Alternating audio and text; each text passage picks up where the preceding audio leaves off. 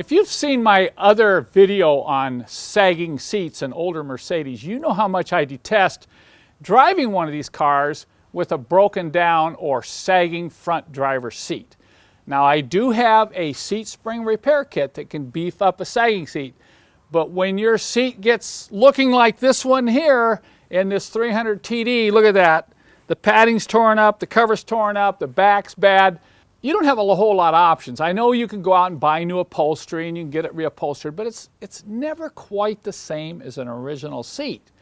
So what you want to do in this particular situation, now I've already done this. As soon as I saw this seat, I went on the hunt for a passenger seat. Yep, that's right, a right side seat, because the right side seats in most of these old Benzes don't get sat on as much and they don't wear out and sag and the springs don't break. So if you can find a passenger front seat, you can put it on the driver's side. It does take a little bit of work.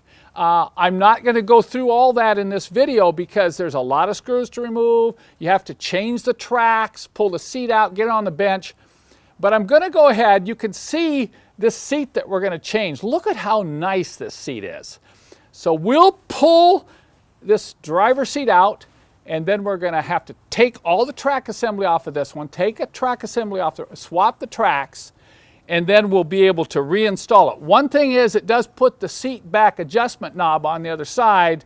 That can be a little frustrating at times getting to it, but it will work and you'll end up with a very, very nice seat. Just wait until we come back here in a few minutes and we show you the end results. Now, if your seat is only sagging and the upholstery is okay on it, we do have a kit that can have you go in there. This is something you can do yourself. You can go in there, get the seat out, and without taking the upholstery out, you can go in there and repair and beef up those broken and sagging springs underneath the upholstery.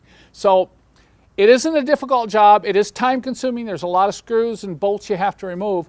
If you don't think you're familiar with this procedure, check out my manual. I've written a manual on how to do this, and that's why I'm not going to take the time to shoot an entire video. So you can go to my website, just type seat repair in the search box, and that'll take you to my manual, and it will show you how to get the seat out and swap the tracks. Take a look at this seat. Can you believe the difference? You know, keep in mind, it's going to be a little time consuming. One tip I want to share with you is use a magnetic screwdriver when you pull those screws out. And this customer, who just happens to be my daughter Kaya, is really going to be excited when she sees this.